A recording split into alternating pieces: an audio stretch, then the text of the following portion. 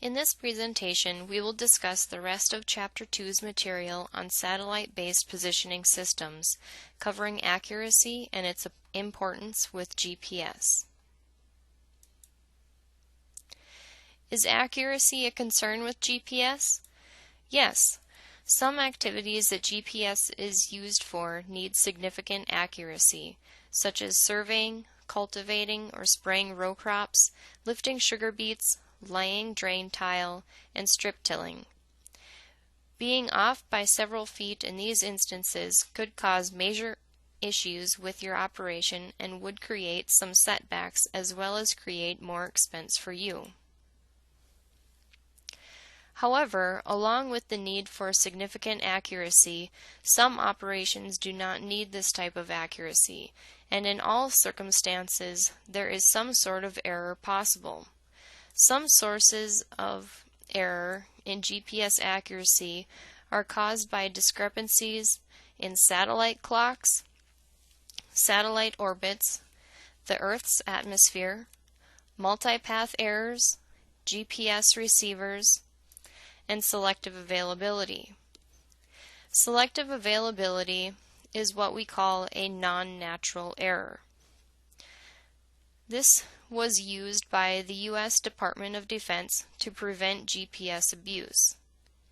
What it did was introduce random errors into the system by denying non-military users full access to GPS.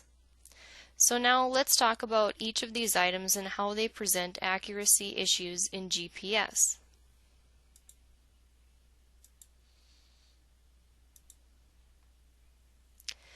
Satellites have what we call atomic clocks. Atomic clocks are some of the most accurate clocks known and are the most expensive. The accuracy of atomic clocks is to within a few nanoseconds. However, when thinking about the speed at which the GPS satellites travel, which is close to the speed of light, a clock error of 1 millisecond, or 1/1000th of a second, would create a position estimation error of 186.3 miles. That's quite an error. The good thing is the U.S. Department of Defense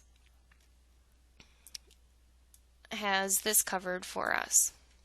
They monitor and adjust the clocks to keep them as accurate as possible for us, making the use of GPS a successful venture for those of us using it for non-military purposes.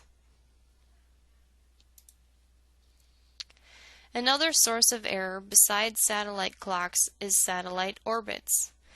Satellite orbits can cause error due to gravitational forces of the moon and the sun.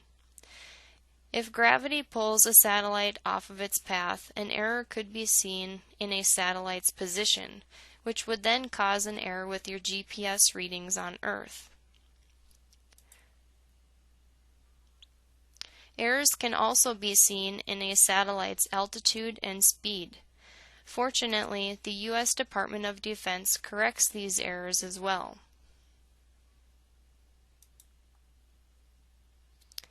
The Earth's atmosphere can also cause errors in positioning. This is because the radio signals sent from satellites can bend or lose speed when passing through the Earth's atmosphere. There are two parts of the Earth's atmosphere that typically cause these errors: the ionosphere and the troposphere.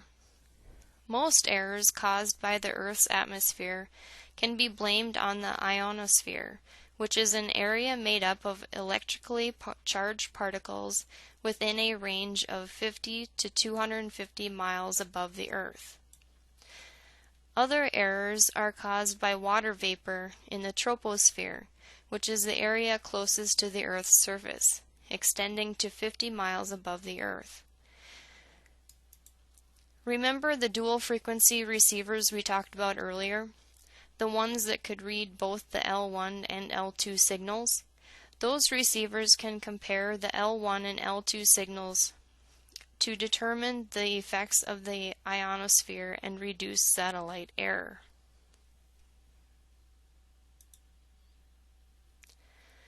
Multipath errors can also be a source of error in the global positioning system. Multipath errors happen when GPS signals bounce around before getting to the GPS receiver. A signal from a satellite may not follow a direct path to the GPS receiver, which causes a longer travel time and distance, and if a GPS receiver measures the time it takes for a radio signal from a satellite to get to a GPS receiver to determine your location, that time calculation is pretty important. Buildings, trees, and variations in the ionosphere can cause multipath errors. Here we see in the diagram that you would prefer to have a direct line of contact between the satellite and the tractor. However, when a multipath error happens, you may see the signal go from the satellite to the barn, bounce off the barn, and hit the tractor.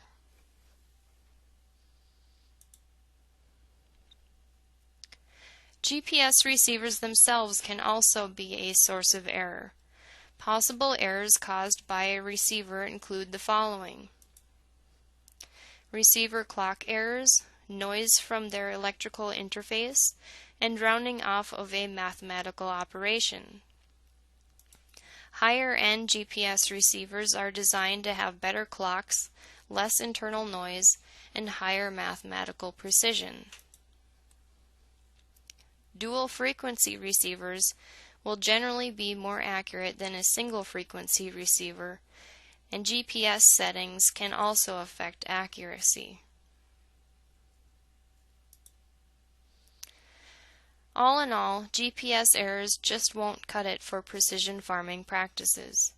Granted, some activities require less accuracy than others. However, there are some things that producers want to be able to do with precision, and that means accuracy is a big deal.